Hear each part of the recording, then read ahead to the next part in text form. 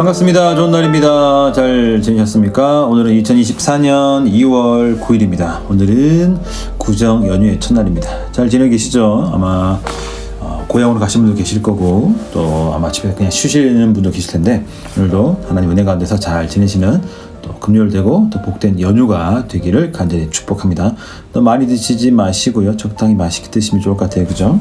자, 오늘 맥주 성경이 40일차입니다. 40일차고요. 오늘 그 말씀은 우리 성경 256페이지고요. 첫 번째 창세기 42장, 두 번째는 마가복음 12장입니다.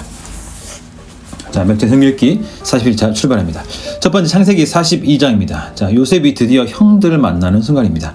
요셉이 애굽에 총리되었죠, 그죠? 그리고 가뭄이 있으니까 많은 주변 나라들이 애굽으로 찾아와서 곡식을 사려고 합니다. 야곱도 마찬가지입니다. 1절 보실까요?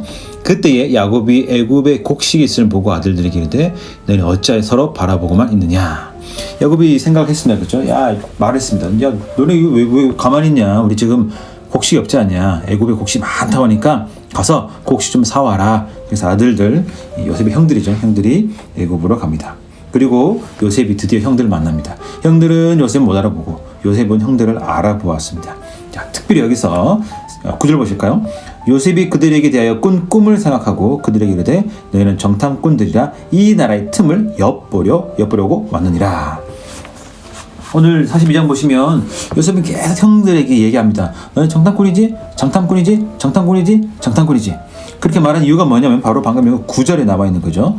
꿈 때문에 그랬다. 꿈. 요셉은 그 꿈을 생각했습니다. 형들을 보고 꿈이 생각이 났던 것 같아요. 그죠? 그랬더니 그 꿈, 별들과 해와 달이 자기 저라는 꿈이 생각이 났습니다. 아마 그 별들은 형들을 이야기한 것일 것이고 아마 달은 아마 아버지와 어머니를 얘기하는 것 같겠죠, 그죠? 자, 그런데 이렇게 쭉 꿈을 생각하면서 형들이 막 정탐꾼이지 않고 형들이 다시 돌아오도록 만듭니다.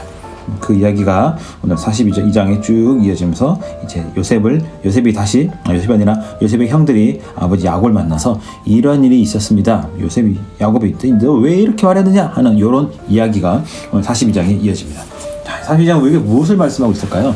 자, 이 보면 요셉은 애굽의 총리가 되었습니다. 우리가 볼 때는 요셉이 다 이룬 것 같습니다. 그렇죠? 이제 마음 놓고 떵떵거리면서 다 살 수 있습니다.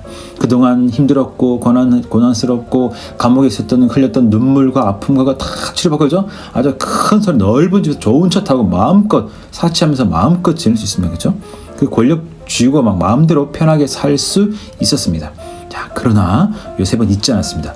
무엇을 잊지 않았냐면 꿈을 잊지 않았습니다. 이 꿈은 뭘까요? 아마 제 생각에 요셉은 도대체 그 꿈이 뭘까? 그 꿈의 의미는 무엇일까라고 생각을 많이 했던 것 같습니다. 그러니까 형들을 보고 다시 꿈을 생각한 것은 아닐까라고 개인적으로 생각해 봅니다.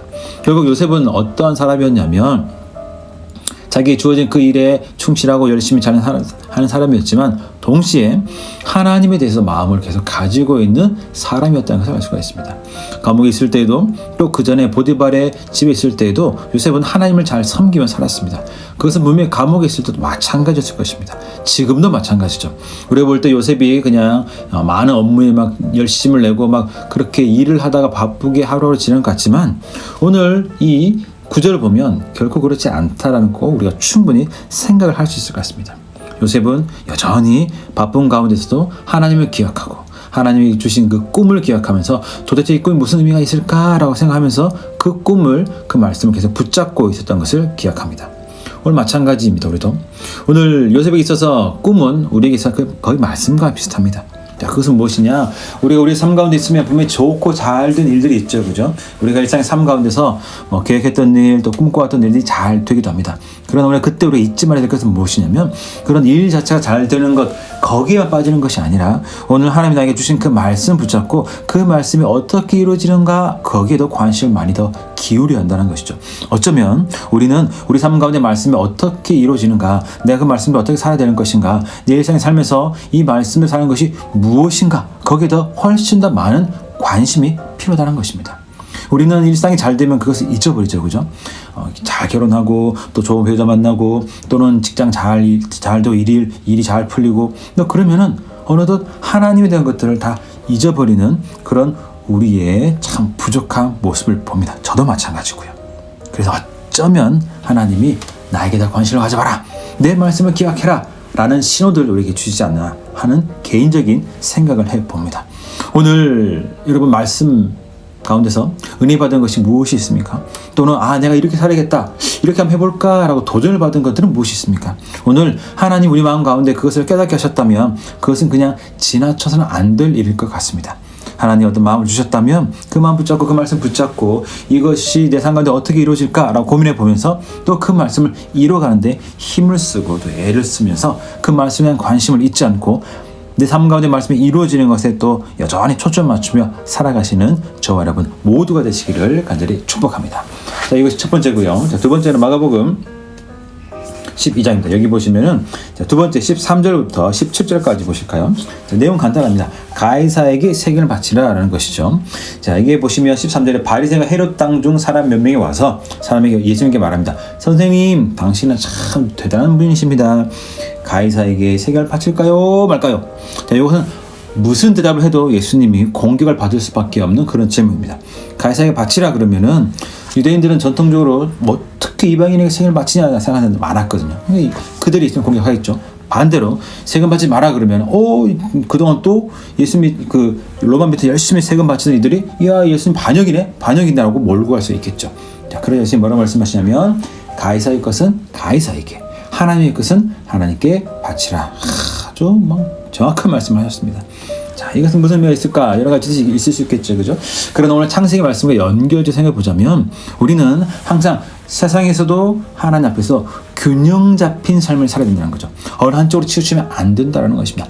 예를 들어서 나는 하나님을 잘 믿고 사니까 세상적으로 전혀 관심이 없어. 나는 별로 공부도 별로 관심 없고 직업도 관심 없고 나는 세금 내는 것도 별로 관심 없고 나는 그런 운동 다 관심 없어. 나는 오직 주의 나라와 영광을 위해 살아갈 거야. 라고 하는 것도 문제가 있다는 거죠. 주의 나라와 영광을 살아가도 돈은 필요하고 건강은 필요하죠. 그렇죠? 그리고 열심히 살아가는 것 하나님 명령하셨기 때문에 우리가 우리의 삶 가운데 하나님 주신 그 일상을 살면서 열심히 살아가는 것은 분명히 필요하다는 것입니다. 자, 또 반대의 극단도 있죠. 나는 교회는 예배드리고 주일날 한번 예배드리고 가끔 수요일 예배드리고 난 그걸 만족해. 나머지는 내 모든 것을 열정을 바쳐서 내가 나의 꿈과 비전에서 살아갈 거야.